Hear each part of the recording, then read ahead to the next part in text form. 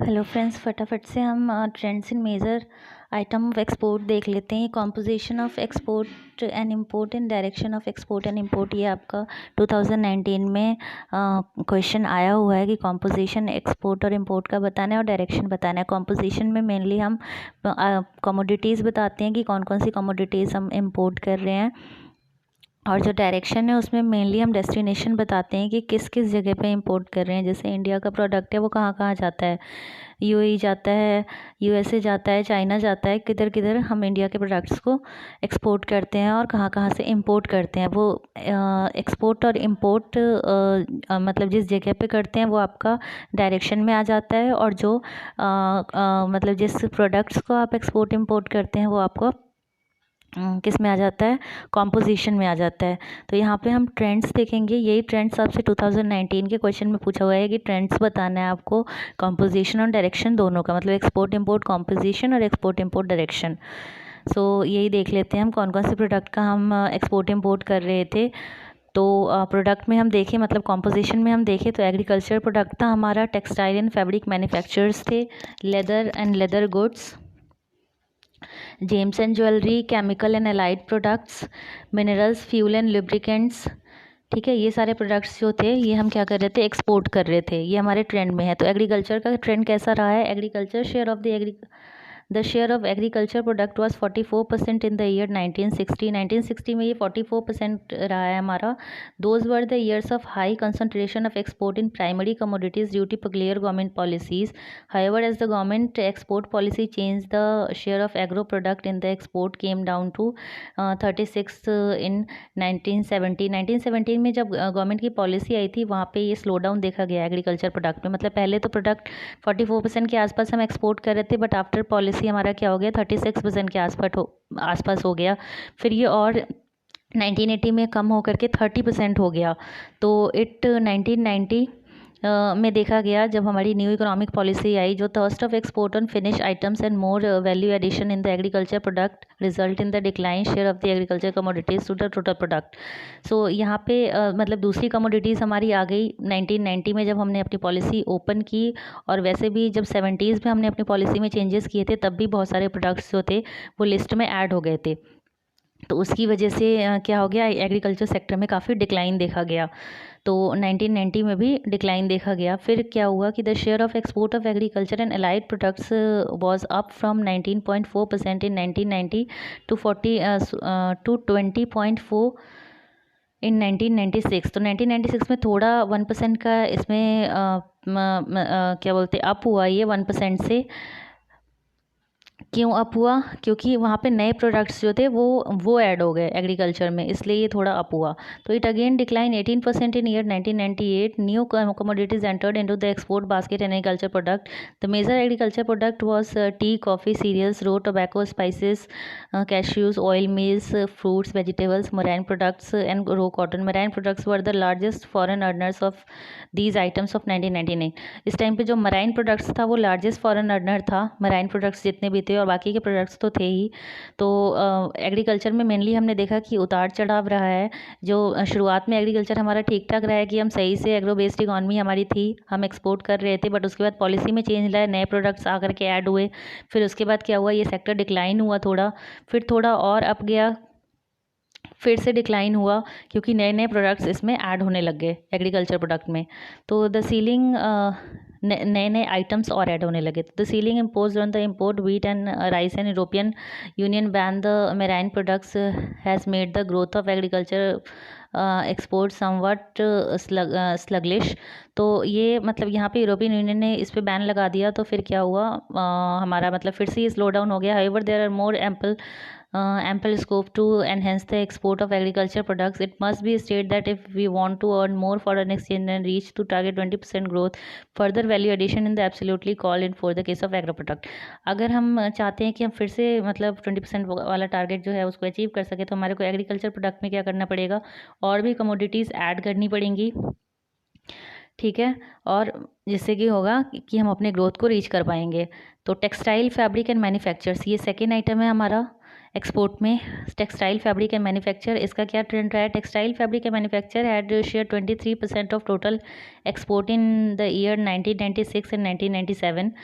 तो ये textile product जो है इनका जो शेयर रहा है 1996 की बात हो रही है, ये 23% रहा है एंड 25% इन 1998।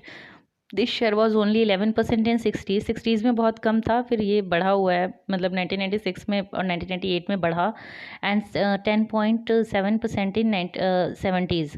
तो the share of the textile in export started slowly increasing during the 80s and 90s। तो ये जो शेयर है वो 80s और 90s में मतलब इंक्रीज़ होना शुरू हो गया जो टेक्सटाइल प्रोडक्ट्स थे।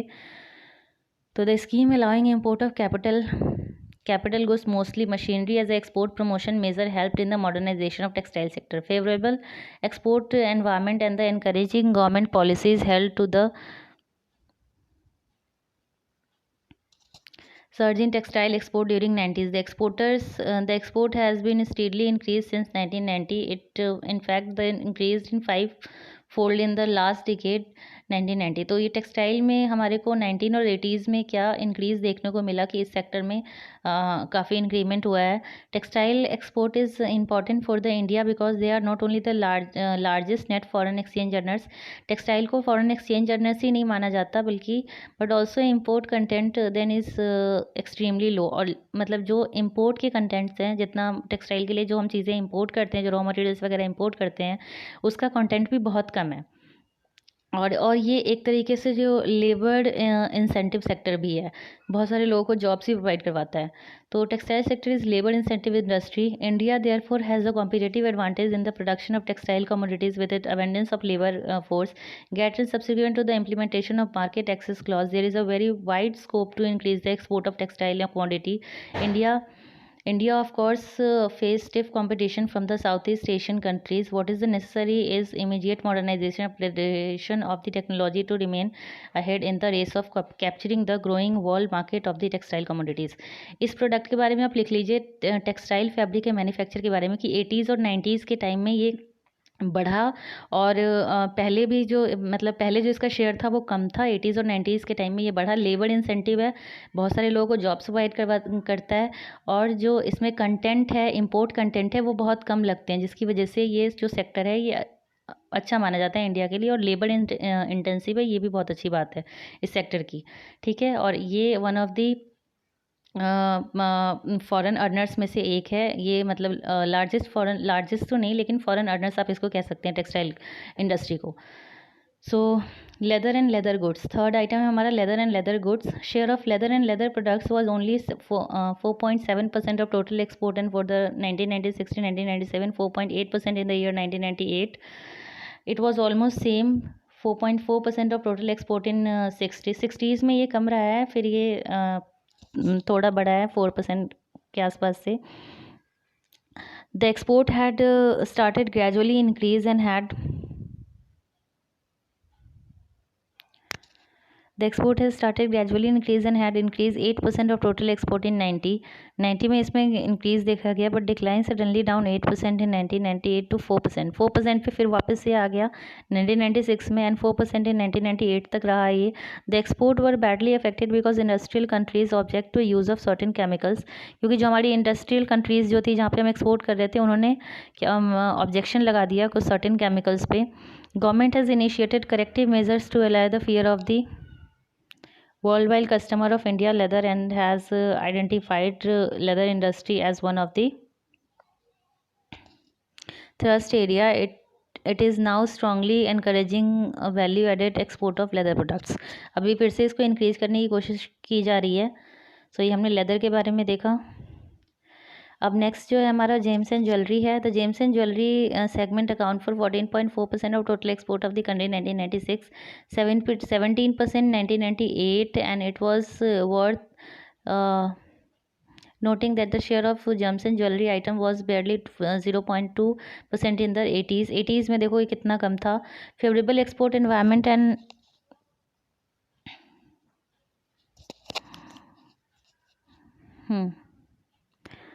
favorable export environment and liberal export inputs for jewelry resulted in the sudden surge in export during 90s. The surge of gems The share of gems and jewelry was 16.1% for the year 1990. It went up to 18% for the year 1993, and after that, after started declining, it went down to 14.2% in 1996. It again slightly perked up to 17% in the year 1998. Gems and jewelry comprises the high content of import. जैसे हमने उसमें देखा leather, वो जो हमारा ये वाला product था टेक्सटाइल एंड फैब्रिक मैन्युफैक्चरर्स, इसमें हम ये लो कंटेंट ऑफ इंपोर्ट मानते थे हम इसमें. जो हम गुड्स रॉ मटेरियल्स वगैरह जो इंपोर्ट करते हैं, इसका कंटेंट बहुत लो था टेक्सटाइल एंड फैब्रिक में. बट यहाँ पे क्या है, जेम्स एंड ज्वेलरी में जो है ये बहुत हाई कंटेंट में हम इंपोर्ट करते हैं रॉ मटेरियल्स और फिर उसको एक्सपोर्ट करते हैं. ठीक है. So after the year started declining, slowed down 14%, it again steadily perked up 17% in the 1998. Gems and jewelry comprises high content of import. High content of import, ये अपने नोटबुक में लिख लीजिएगा. High content of import, there are slowly fluctuation. There are always fluctuation in the cost of raw material in the global market. और obviously हम import करते हैं तो global market में क्या है, raw material up and down रहता है. Around the year 2000 तो हमारे को रॉ मटेरियल में हमें फ्लक्चुएशन देखने को हमेशा दिखा है. तो cost of raw material is the global market around the year 2000. The demand also reduce noticeably due to the recession across the world market. India's advantage in the field is that it has a large number of skilled person for the manufacture of gems and jewelry. The gems and jewelry export is a very lucrative business, and lucrative मतलब बहुत profitable business है ये. And there are great expectations from the industry, which however requires much modernization to compete successfully in the growing world market. और modernization की बहुत ज़्यादा ज़रूरत है हमारे को जेम्स एंड ज्वेलरी सेक्टर में. और इसके लिए रॉ मटेरियल जो है वो बहुत हाई मात्रा में हम इम्पोर्ट करते हैं as compare to textile sector. Textile sector में आप देखेंगे कि इतना रॉ मटेरियल हमारे को इंपोर्ट करने की ज़रूरत पड़ती नहीं है.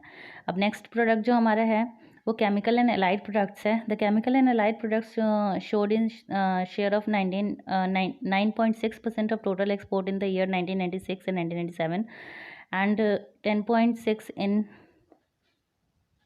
1998. The export has steadily growing.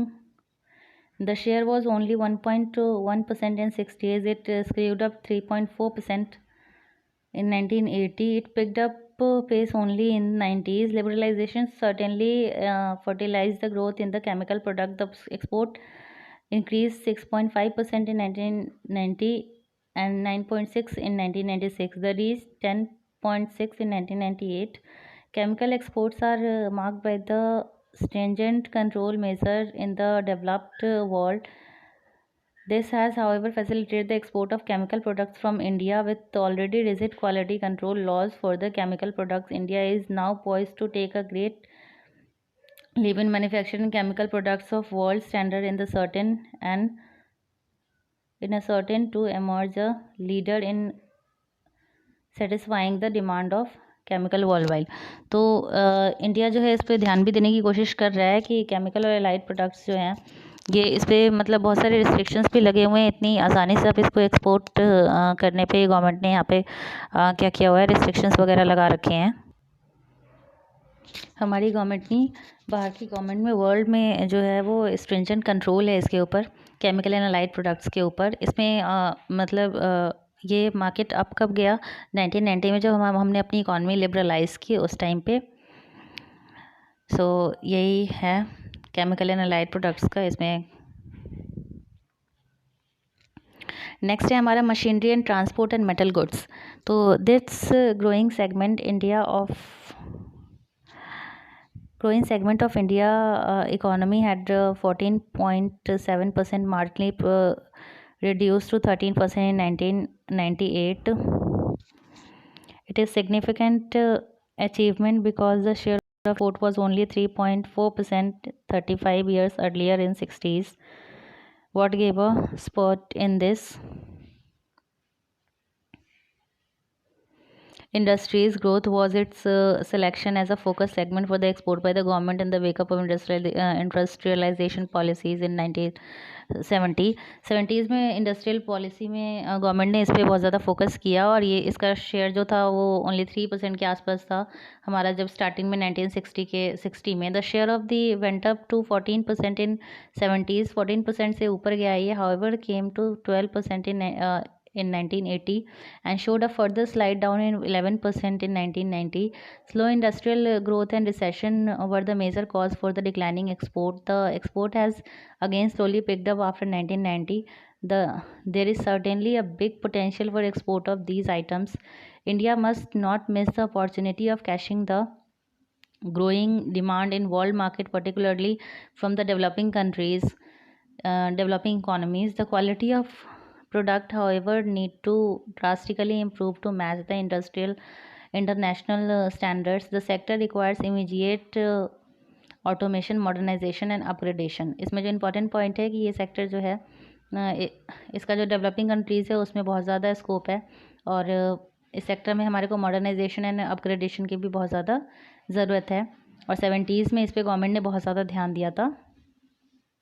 70s में हमारे ये machinery and transport and metal goods पे जो गवर्नमेंट ने बहुत ज़्यादा ध्यान दिया था। इसका शेयर जो था वो बहुत कम था, 3.4% के आसपास था ये 1960 में और फिर उसके बाद बढ़ा घटा। मिनरल एंड फ्यूल ये लास्ट है हमारा composition of export में mineral fuel and lubricant. Export of mineral fuel and lubricant was mere 1.5% of export in 1996. 1.5% था and reduced after 0.4% in 98. The share of export however around same figure in the 60s और ये 0.4% के आसपास ही था 60s में। For example it was 1.1 in 60s। ये ऐसे ही एक फिगर ले लिया इन्होंने। The export rose to 2.9% in 1990 only to gradually come down to 1.5% by the year 1996 and the even further stick to and significant 0.4% 1998। There is a stiff competition in the world market for the export of mineral fuel and lubricants. इसका बहुत ज़्यादा competition है, ये भी एक major वजह रही है। It calls for a commitment and focused efforts if you want to increase export to these commodities. हमारे को फोकस की ज़रूरत है इसमें obviously. Besides these commodities, there is a wide scope for increased export in tourism, software, consultancy. अब जिसमें मतलब इन सारी कमोडिटीज़ के साथ साथ जो हमारा स्कोप है वो टूरिज्म में है, सॉफ्टवेयर कंसल्टेंसी में, हैंडीक्राफ्ट आइटम्स एक्सेट्रा में है इन the world market. However all these segments require creation of proper infrastructure facilities and high commitment on the part of the professional involvement. So main तो India की सबसे बड़ी problem उसकी infrastructure ही है। सो इन सब चीज़ों में भी हमारा बहुत ज़्यादा स्कोप है। इन सब चीज़ों के साथ साथ जो हमने अभी पढ़े हैं 7 पॉइंट्स, उसके अलावा कौन कौन सा है? Tourism, software, consultancy, handicraft items. So main जो आपका था जो मेन आइटम्स थे एक्सपोर्ट के वो आपके agriculture product, textile, fabrics and manufacture, second. Third जो leather and leather goods, fourth gems and jewellery, fifth chemical and allied products, sixth machinery, transport and metal goods, mineral fuel and lubricant, composition of import. अब हम पढ़ेंगे जो next वो composition of import पढ़ेंगे। Thank you.